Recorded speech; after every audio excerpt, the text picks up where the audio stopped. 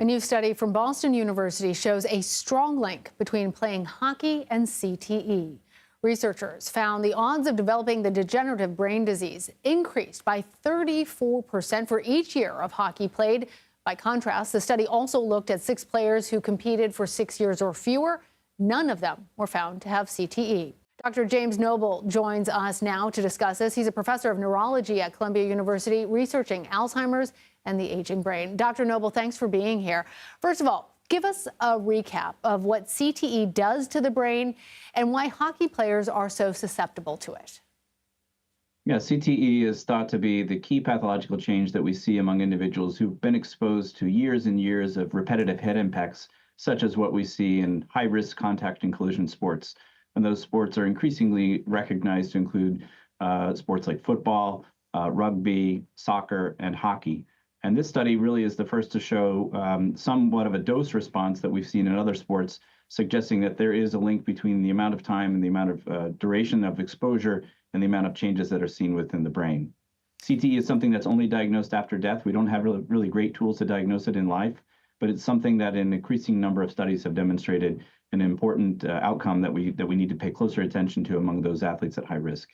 And we know that for years, NFL players have been donating their brains to science upon their death to study CTE. Now we're seeing more sports, including professional hockey players. And this study found that 27 of the 28 deceased professional hockey players whose brains were studied actually had CTE.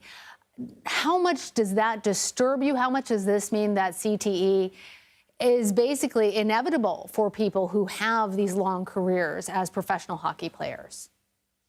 A great point. And I would say that we have to be cautious with how we interpret these data. As an epidemiologist, the first thing that I would recognize, and I'm sure the team, who I know several of the members of that team would recognize, is that this is not an epidemiological study. It is what we call a convenient sample for people who've opted to give their brains to the center after death. That said, the striking number and the high proportion of number of individuals who have CTE when their brains are looked at does give us a lot of concern, and there does seem to be a consistent dose response across sports where the more time and years spent playing and exposed to these repetitive head impacts portends to a greater risk of us identifying these changes.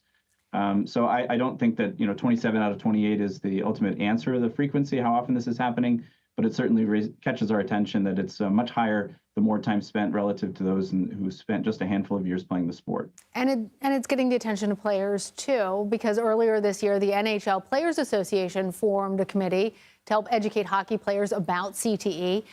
Talk to us about what prevention measures you would like to see even before players reach the pros, because I know that that's a specific small group of people out there, though, of course, all professional hockey players are currently watching us have this conversation right now. But there's a lot of parents whose kids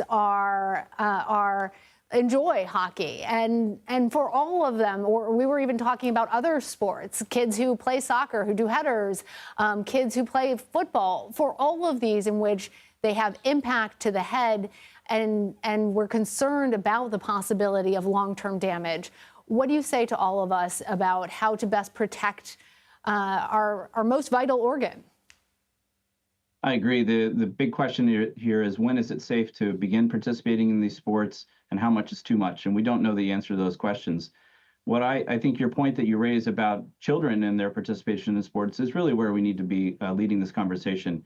At the end of the day, individuals who are playing hockey and other high-risk sports, and even other activities that we engage in on a daily basis that we know have certain risks, we do them as adults. My concern is that the participation in high-risk sports, whether it be football or hockey or other sports, needs to come with some degree of consent and understanding of what we're getting into. And I do have concern that anybody who's not of a consentable age really may not be having the appropriate caution explained to them, or if their parents are having appropriate caution explained to them as to whether or not it is truly safe to participate in these sports. At the same time, we don't want to take athleticism or activity out of people's lives. We know there's a lot of important impacts that those have in a lot of people's lives, from athleticism to social engagement and so forth. But I think studies like these tell us in pretty clear terms that it may start to become unsafe to participate in these sports after a certain number of years. It's not to say you have to eliminate these sports altogether, but I think we have to start to have serious conversations to say, okay, well, if somebody's played this sport this study would suggest for at least 7 or 8 years, maybe we're starting to get into a high-risk category, and we have to have conversations. Is it really worth exposing ourselves to that amount of time?